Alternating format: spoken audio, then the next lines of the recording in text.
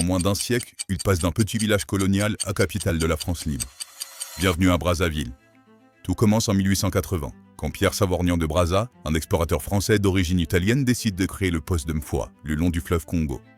Rapidement, ce poste se transforme en village, puis en ville. On la rebaptise Brazzaville en l'honneur de son fondateur. Et après l'indépendance, l'image positive de l'explorateur franco-italien conduira le gouvernement congolais à conserver ce nom. Mais là n'est pas le cœur de notre histoire. En 1910, le développement de la ville est tel qu'elle devient la capitale de l'Afrique équatoriale française, une colonie qui s'étend du Tchad à la République du Congo. On y construit une mairie et met en place un plan d'urbanisme.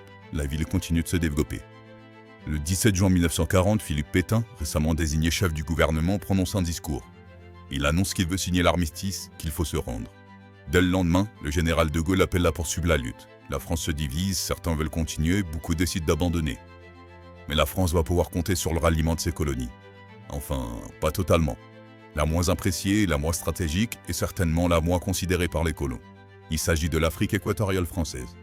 En effet, les généraux français en Afrique du Nord et Afrique de l'Ouest ont décidé de se rallier à Pétain. Ce ralliement perturbe le général, il se questionne, ses plans sont mis à mal. Mais un homme va changer la donne. Il s'appelle Félix Éboué, il est gouverneur du Tchad.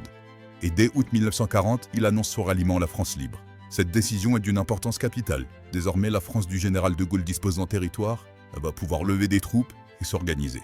Le 27 août, c'est au tour du Cameroun de se rallier aux côtés de la France libre, rejoint par le Congo, puis la Centrafrique. En octobre 1940, c'est officiel. Brazzaville devient la capitale de la France libre et avec elle, c'est toute la résistance française qui va pouvoir s'organiser. On y ordonne la création du Conseil de défense de l'Empire et institue l'ordre de libération. En 1944, on y organise la conférence de Brazzaville.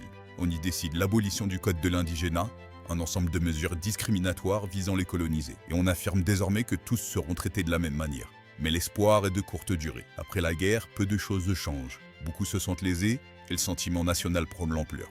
C'en est trop. Dorénavant, ceux qui ont soutenu la libération de la France vont tout faire pour obtenir la libération de leur pays.